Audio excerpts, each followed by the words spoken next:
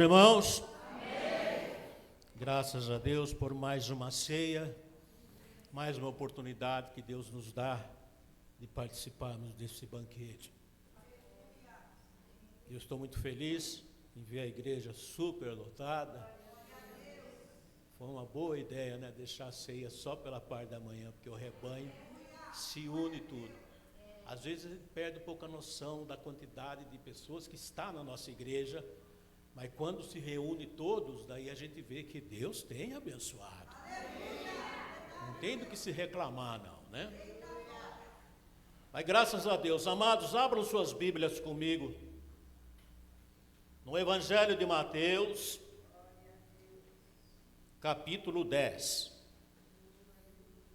Deixa Deus tratar com você nesta manhã. Abra o teu coração e receba. Mateus, capítulo 10. Quem encontrou, diga amém. Amém. Eu passo a ler então. Mateus, capítulo 10, a partir do verso 24. Diz assim: o discípulo não é maior do que o mestre, e nem o servo é mais do que o seu senhor. Basta ao discípulo ser como o seu mestre, e o servo ser como o seu senhor. Se chamaram Beelzebu ao pai de família, quanto mais aos seus domésticos. Portanto, não os temais, porque nada há encoberto que não haja de se revelar, e nem oculto que não haja de saber-se. O que eu vos digo em trevas, dizei-o em luz, e o que escutais ao ouvido, pregai sobre os telhados. E não temais os que matam o corpo, e não podem matar a alma. Temei antes aquele que pode fazer perecer no inferno a alma e o corpo. Não se vendem 2 passarinhos por um ceitil? E nenhum deles cairá em terra sem que a vontade de vosso Pai assim seja. E até mesmo os cabelos de vossa cabeça estão contados. Não temais, pois, mais valei vós do que muitos passarinhos. Portanto, qualquer que me confessar diante dos homens, eu confessarei diante de meu Pai, que está nos céus. Mas qualquer que me negar diante dos homens, qualquer que me negar diante dos homens, eu negarei também diante de meu Pai que está nos céus. Não cuideis que vim trazer a paz à terra. Não vim trazer paz, mas espada. Porque eu vim pôr em dissensão o homem contra seu pai, a filha contra sua mãe, e a nora contra a sua sogra. E assim os inimigos do homem serão os seus familiares. Quem ama o pai ou a mãe mais do que a mim, não é digno de mim. Quem ama o filho ou a filha mais do que a mim, não é digno de mim. E quem não toma sua cruz e não segue após mim, não é digno de mim. Quem achar sua vida, perdê-la-á. E quem perder sua vida por amor de mim, achá-la-á. Amém? Feche os teus olhos. Nosso Deus, nosso Pai, eu agradeço a Ti por esta palavra que colocastes no meu coração para dividir com o Teu povo nesta manhã. Peço a Ti a unção do Teu Espírito sobre cada um de nós, para que possamos, Senhor, entender e receber com muita fé a Tua palavra. E que saiamos daqui revestidos do Teu poder nesta manhã. Peço que seja assim, no nome de Jesus. Amém? Amém. Esse texto, ele é um pouco pesado, porque a gente está acostumado a entender que Jesus é bom, que Ele é maravilhoso, que Ele nos abençoa, que Ele supre nossas necessidades, que Jesus cura, que Jesus liberta, enfim, uma infinidade de coisas boas que nós vemos em Jesus. Muitas vezes na casa a gente tem as nossas dissensões, nossas brigas, nossas diferenças, é marido com esposa, é filhos rebeldes, é tanta coisa que acontece. E nós pedimos a Deus que nos ajude, que nos liberte, que traga a paz na nossa casa, pois estamos vivendo como um inferno dentro de casa. E assim a gente vai apelando e falando e falando e falando. E quando a gente vai à Bíblia, como estamos indo nesta manhã, Jesus pega e fala: você pensa que eu vim trazer paz à terra? Olha o que Jesus fala. Você pensa que eu vim trazer paz à terra? Eu não vim trazer paz. Eu vim trazer espada. Eu vim trazer encrenca.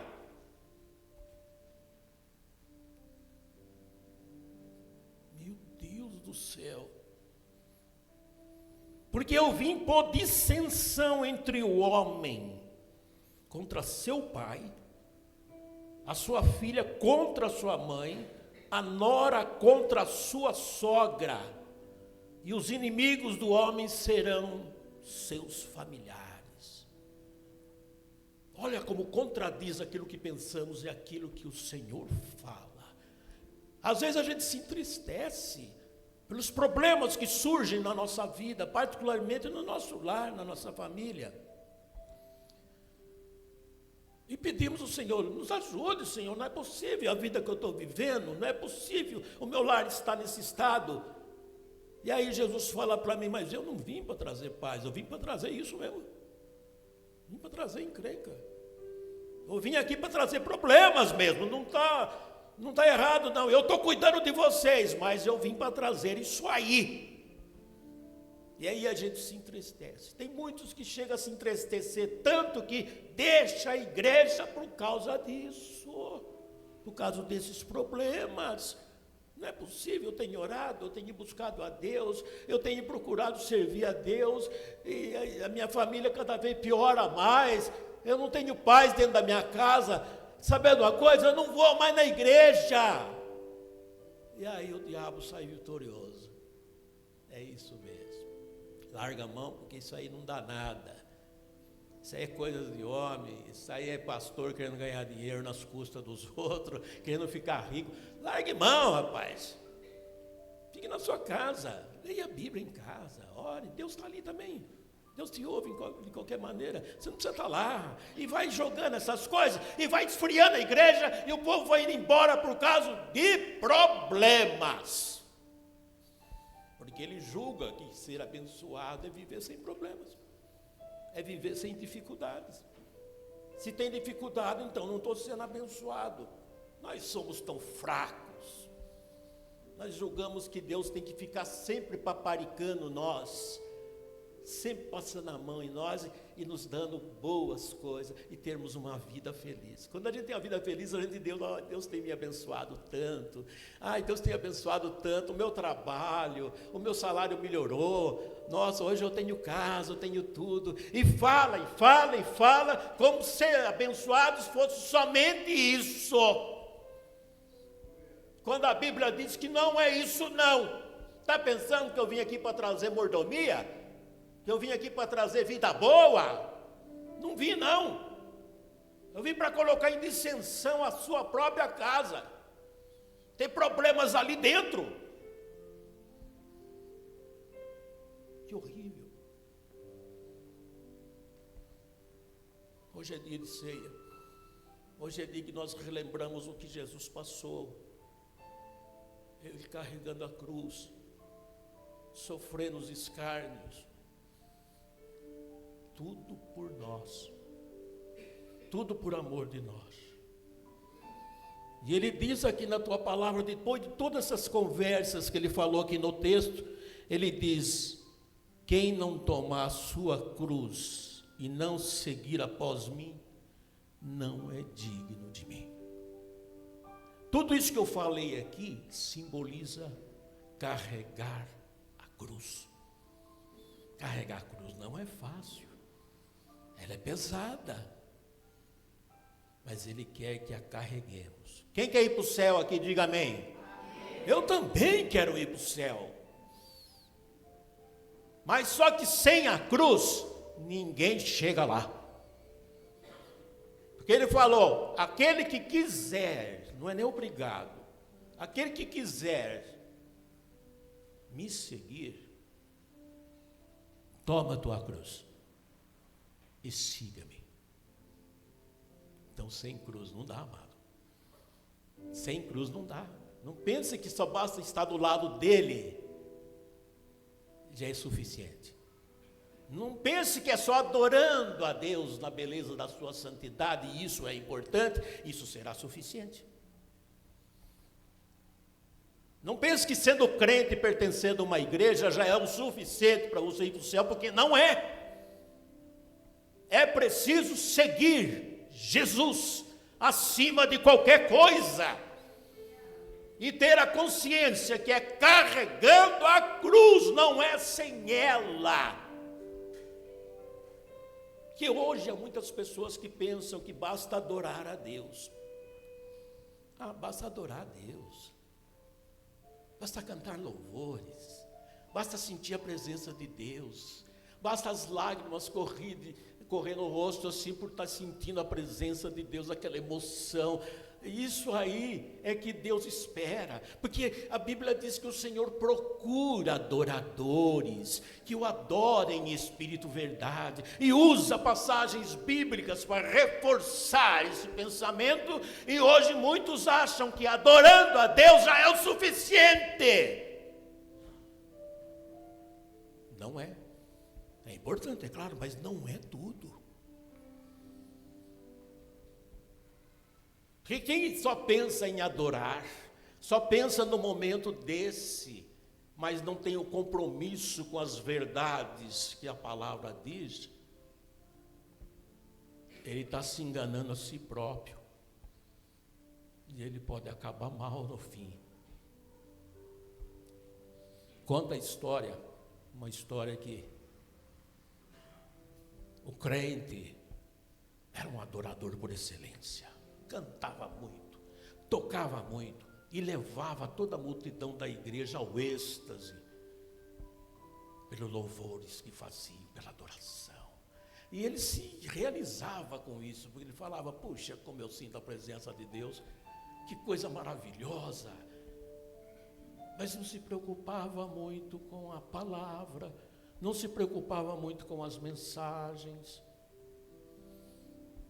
Eu, quando me converti, eu fazia parte das bandas de louvores naquela época, tocava teclado. E, aliás, quando eu me converti, eu já era músico também, porque eu toquei muito lá fora, no mundo. Aliás, eu tinha em mente que, se eu for para a igreja, com certeza eu vou para a parte do louvor, porque é o que eu faço, é o que eu gosto, é o que eu sei. E vim todo alegre, com aquela mente. O meu alvo é a banda de louvor. E fiz isso. Aí depois tudo mudou, né? Tudo mudou, acabei me acidentando, me machucando. Deus me tirou da banda do louvor e me pôs no púlpito para pregar. Pensa que era da minha vontade? Não, não era. Mas eu obedeci. E me alegrei tanto quando estava pregando, comecei a ver a grandeza que era falar de Jesus, que eu não quis mais parar. E estou até hoje, graças a Deus. E aí eu comecei a abrir um pouco mais os olhos para a igreja que eu digo, o povo de Deus. E comecei a observar na igreja que eu fazia parte, né, naquela época, mais de 30 anos atrás, Igreja Pentecostal do Brasil, onde eu me converti. Eu percebia que o louvor também era uma bênção. Tocava aquela maravilha, tal, e eu ali também junto, tal.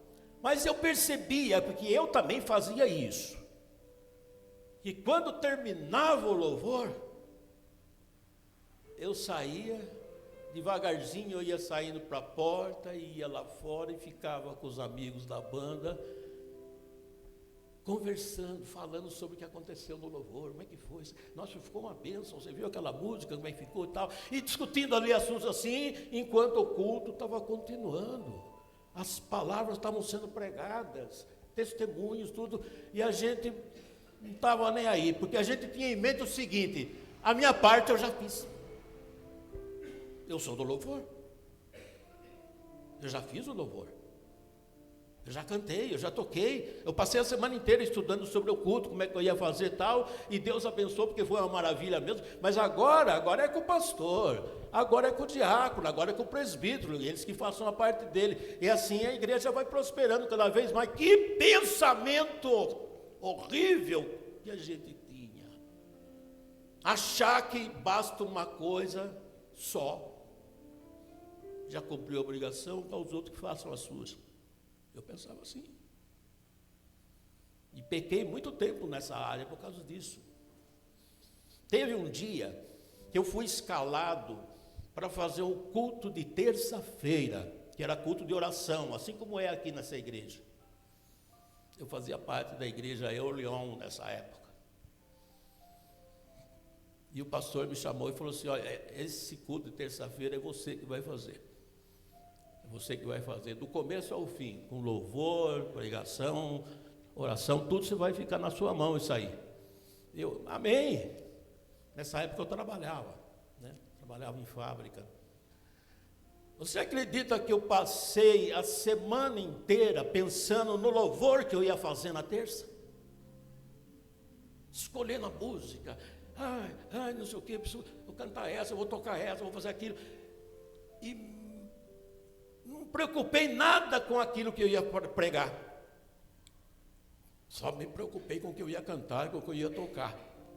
E vai ser uma bênção, e pensava assim comigo, e vai ser uma maravilha, e tal. Na hora da oração lá, deixa a igreja mais que ore, porque eu não sou muito de oração, mas e vai ser uma bênção. Eu pensava assim, o importante é a minha área, que é o louvor.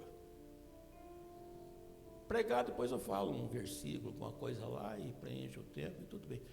Era assim o meu pensamento. Eu me lembro muito bem, terça-feira, chegou e era o dia que ia acontecer isso. Eu trabalhei o dia inteiro,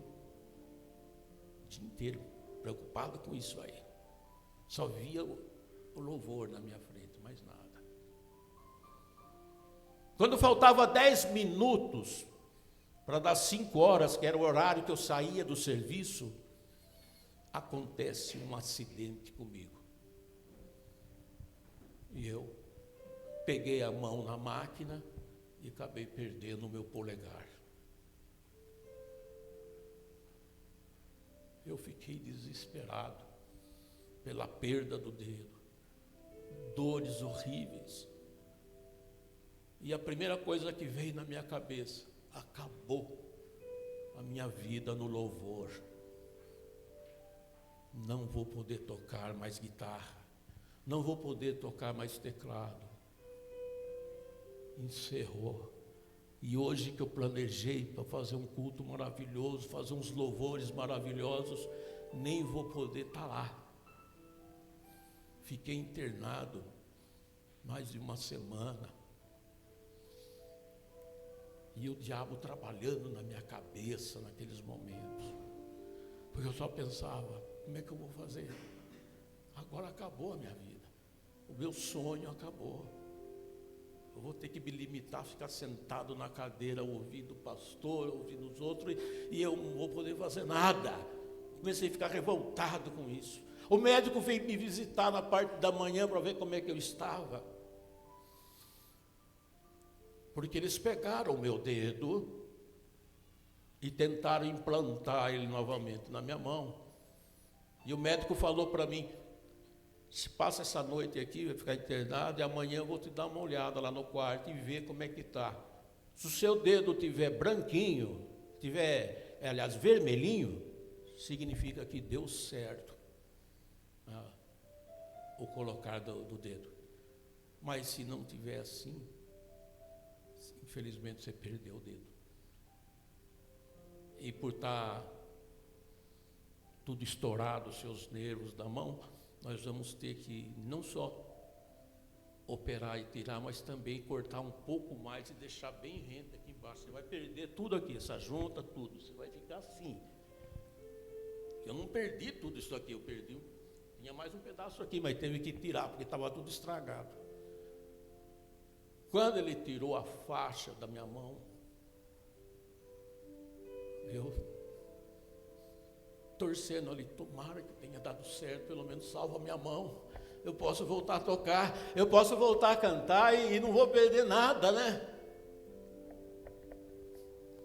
E eu orei a Deus ali em pensamento: me ajuda, Senhor, me ajuda, eu vou melhorar daqui para frente, se o Senhor me libertar desse problema.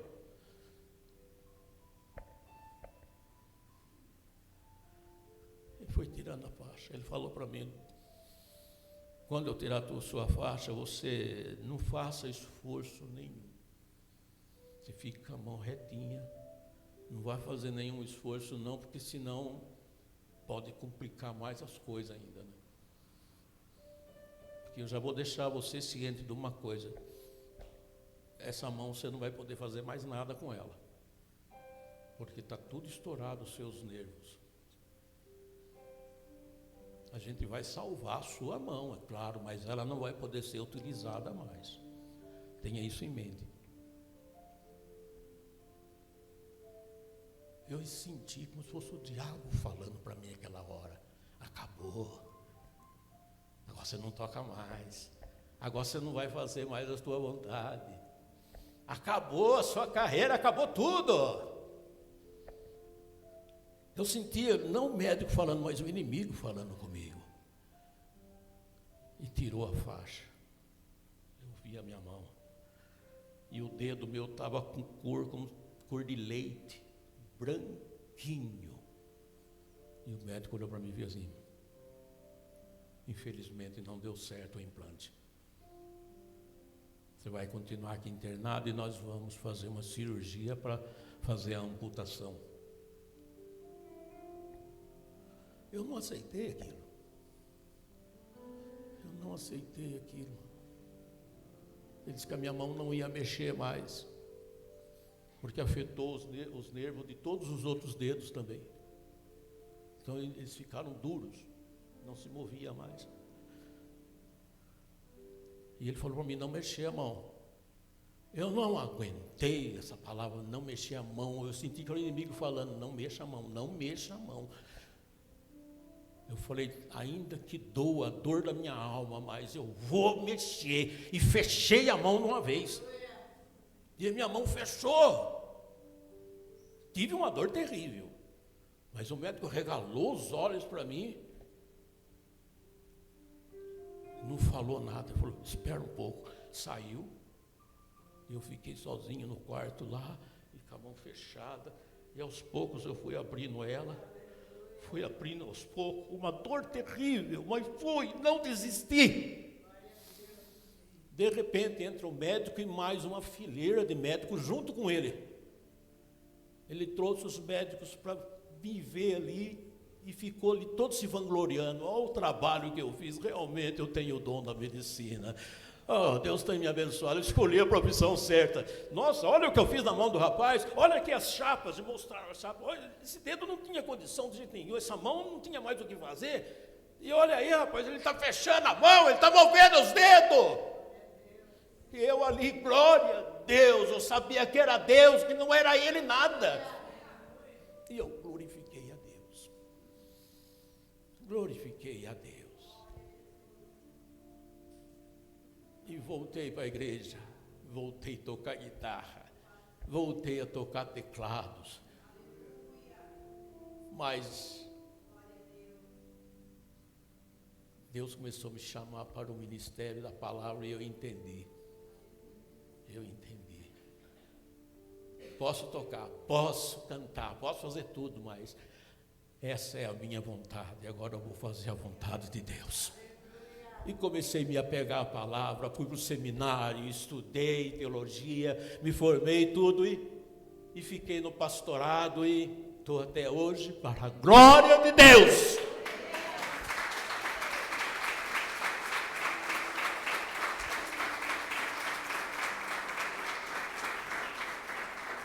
Porque Deus não me livrou, né, desse acidente.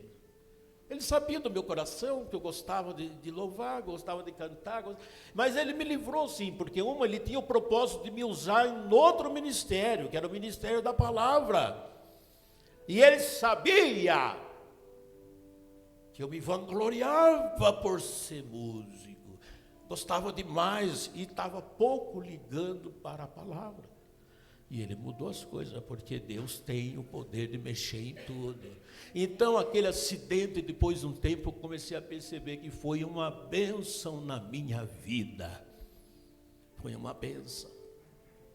Eu achava que era o diabo que tinha feito isso, não era, era Deus trabalhando. Era Deus trabalhando. Pude entender, depois, com o tempo que eu fui estudando, que sofrimento é algo que faz parte da vida do cristão.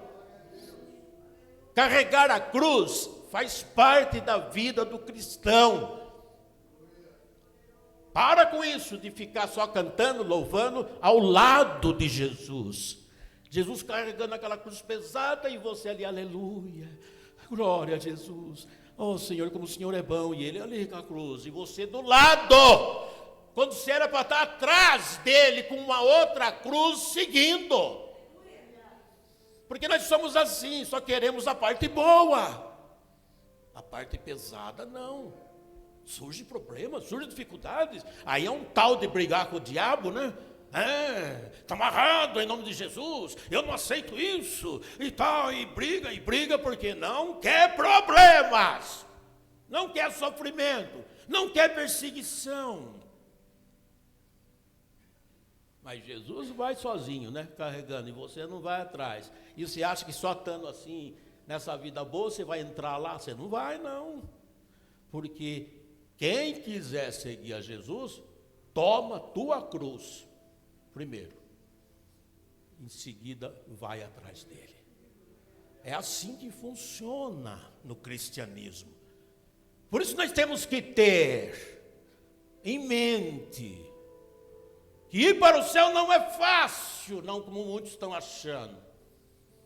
Porque a caminhada não é fácil, carregar a cruz não é fácil, ser humilhado não é fácil, ser perseguido não é fácil, aguentar as feridas no corpo não é fácil. Hoje qualquer cruz que você pegue, por mais leve que seja, a gente reclama, está incomodando meu ombro, está machucando aqui, não tem uma almofada para mim pôr aqui embaixo, para apoiar a cruz, eu não aguento mais essa vida, para com isso de frescura, tem que machucar mesmo, tem que sentir a dor mesmo. Jesus me abandonou. Jesus não te abandonou, não, Ele está junto. Você está seguindo Ele, Ele está junto com você. Aceite o plano de Deus na sua vida e não fique criando coisas que não existem. Eu sei que o diabo não presta, que ele só faz o mal, que ele deseja nos destruir.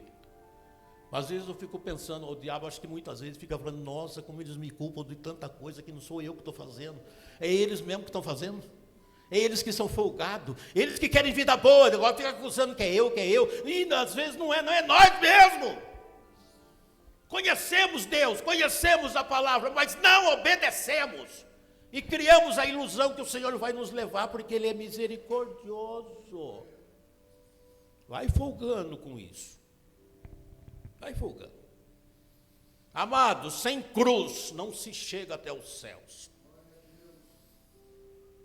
Eram as últimas partes que Jesus estava vivendo aqui na terra. Ele ia para o Calvário para morrer. Eram os instantes finais dele aqui na terra. Já tinha cumprido todo aquilo que era para cumprir aqui na terra. Carregou a cruz, teve a coroa de espinhos, foi insultado, foi humilhado, foi pregado nu. Nu. Um povo tão zeloso naquela época de religiosidade, e ele ali nu diante da multidão, passou por isso. Carregou a cruz, caiu 3 vezes no caminho devido ao peso da cruz.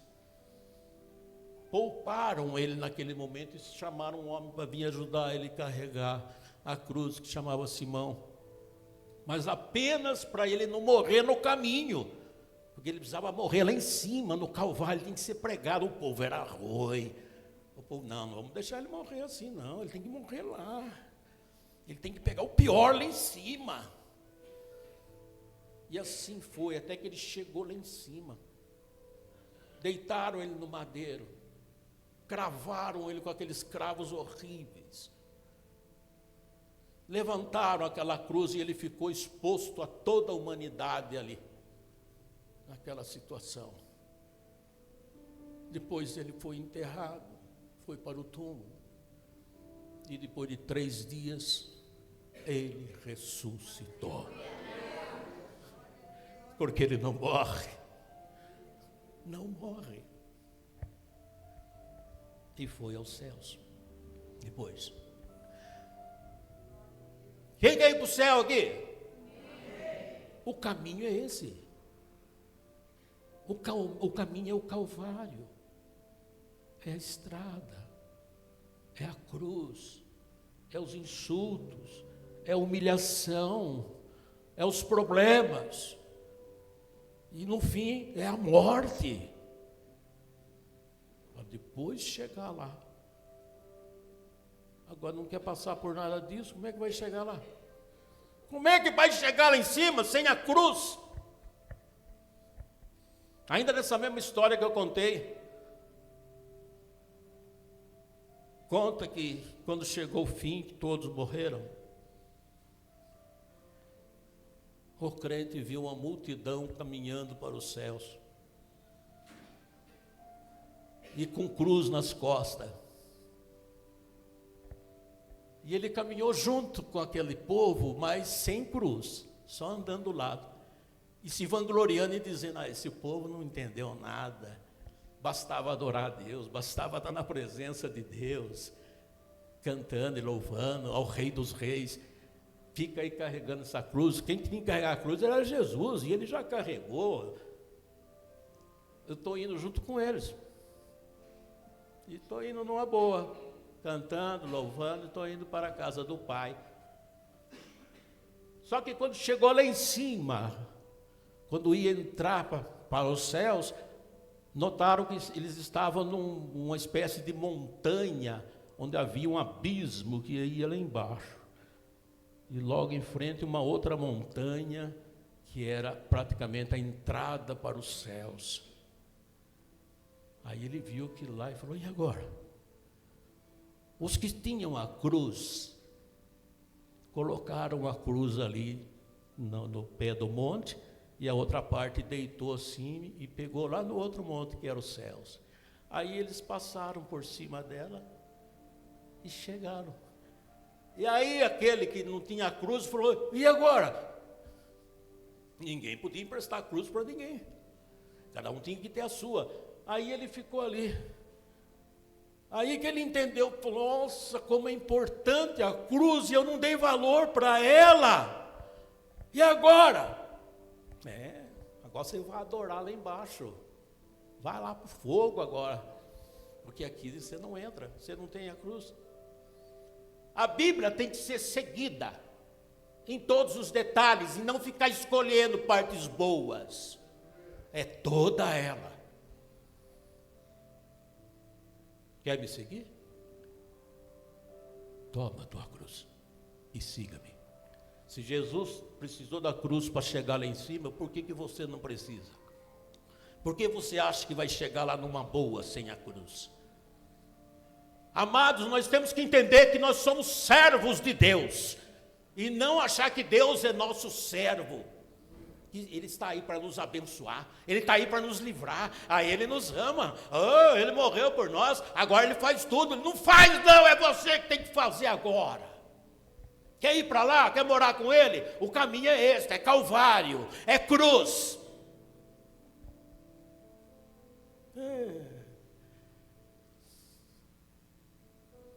O que significa para nós hoje carregar a cruz? Significa suportar a reprovação, suportar a falta de bondade que existe nesse mundo, suportar as injustiças, e sempre visando o bem-estar das pessoas, nunca o mal. Isso é carregar a cruz. Carregar a cruz também significa aceitar os sofrimentos, entender que o Senhor está contigo, não ficar blasfemando quando você está sofrendo. Eu não aguento mais, isso não é vida, eu não era tanto assim não, mas depois que eu me converti as coisas piorou, e fala um monte de bobagem. Para com isso. Jesus não ficou reclamando quando estava carregando a cruz. Mas está pesado, eu não sei se eu vou aguentar. Ele ficou quietinho, carregando. A cruz também significa consagração. Se consagrar ao trabalho de Deus na obra, aos deveres que você tem como cristão, como crente. Significa se curvar diante do peso da obra, sabendo que esse serviço é para o Senhor, é para a obra de Deus. Sendo assim, amado, como é que nós devemos nos relacionar com a cruz? Como deve ser o relacionamento nosso com ela? Em primeiro lugar, é preciso carregá-la voluntariamente. Ninguém é obrigado. Ninguém é forçado. Jesus carregou a dele voluntariamente. A gente vê até em filmes, quando passa na televisão filmes de Jesus, você nota que ele abraça a cruz e carrega ela, abraçado com ela. Ele recebeu ela. E nós temos que aprender a receber a cruz que nos é dada, com amor, com carinho. E não fique reclamando, porque a gente não escolhe a cruz não, viu? A cruz ela é adequada para você certinho, ninguém errou não. O sofrimento que vem para você é necessário, porque tem pessoas que têm uma cruz bem pesada, outro tem uma mais leve, a gente julga assim, mas cada um tem o peso adequado para si próprio, e o Senhor sabe disso. Então aprenda a carregar a cruz, aprenda a aceitar a cruz, não despreze ela, não negligencie o seu dever de carregar ela. Você não é melhor do que ninguém. Não fuja da cruz quando ela vir para você, porque tem gente que foge, repreende o diabo naquela hora, porque acha que não é o Senhor colocando a cruz em você. Resista ao peso da cruz. Você tem uma caminhada ainda para fazer. Você não está ainda lá no ponto do Calvário. Você tem uma caminhada. Talvez você pense, eu não sei se eu vou chegar lá. A vida que eu estou levando, o sofrimento que eu tenho. Então, não pense dessa maneira. Deus vai te dar a força necessária. E às vezes pode estar mais perto do que você pensa. Às vezes você pensa que vai demorar a chegar lá, e às vezes não, às vezes você está a questão de um passo, porque o Senhor vai te levar. E você não sabe que hora vai acontecer isso. Por isso temos que estar preparados, porque a qualquer momento você chega no Calvário, termina a sua jornada aqui embaixo. Temos que aprender a compreender a cruz, e ter isso em mente. A cruz é para corajosos, não é para covardes. Os covardes que fogem dela, que não querem ela, que brigam por causa dela. Eu não. Os outros que carregam, eu não. Para com isso. Ou você carrega, ou você não tem lugar nos céus. Você não entrará. Porque foi Jesus que falou: quer me seguir? Eu vou indo para a casa do meu pai. Quer me seguir? A regra é essa: tome sua cruz e siga-me. Seguir Jesus sem cruz é ilusão. É ilusão. Emoções não levam ninguém para o céu. Lágrimas não levam ninguém para o céu. Sentir a presença de Deus não é motivo para você entrar nos céus. Mas a cruz é. A cruz é a entrada garantida para a glória. Amém? Temos que entender. E outra, nós temos que entender também uma coisa. Existem 1000 motivos para isso. Em primeiro lugar, a necessidade. É necessário, porque é impossível seguir Jesus sem cruz, sem carregar a cruz. É impossível. Não pense que você vai seguir Ele sem a cruz, porque você está se enganando a si próprio. Ele está indo e você está fora. Não é ficar falando: Jesus é bom, Jesus era maravilhoso, ai como eu adoro Jesus. Tem pessoas que até falam Jesusinho na oração, Jesusinho. Para com isso. A Bíblia diz que não há outro meio de agradar a Deus a não ser pela fé. Quem tem fé agrada a Deus, quem não tem fé não agrada a Deus. E que quem tem fé obedece, segue as regras. Logo é uma necessidade a cruz. E muita gente já carregou e já chegou na glória, porque nós não podemos chegar também. Outro motivo é o amor. Quem ama a Deus aqui? Diga bem. Eu também amo. E Jesus ama muito mais ainda. E foi pela prova de amor que Ele deu, carregando a cruz, que era muito mais pesada que a nossa. Ele confirmou esse amor. Se amamos a Jesus, por que você não carrega a cruz?